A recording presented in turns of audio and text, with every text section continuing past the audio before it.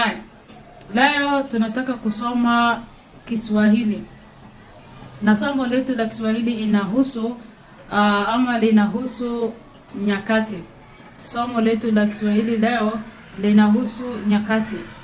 Today we are going to learn about tenses. Maanta waxaan baranaynaa 10 Swahili oo ku saabsan waqtiyada kala duwan oo ficilada dhacayaan.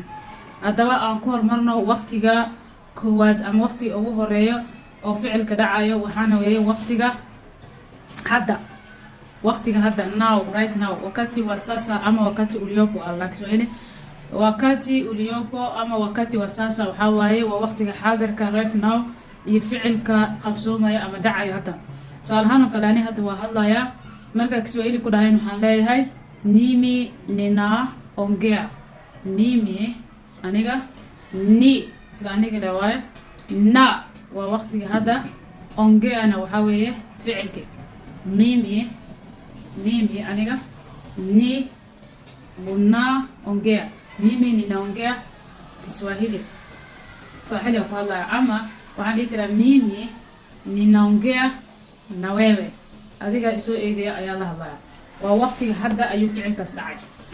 So marka waqtiga kale wuxuu noqonayaa waqtiga labaad oo heer ka hor ficilkii qabsoomay ama wakati timilifu aadahno waxa weeye mimi aniga nimeongea. Mimi nimeongea.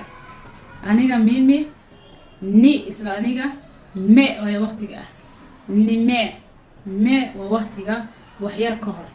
Waqtiga goorma weeye wax yar ka hor.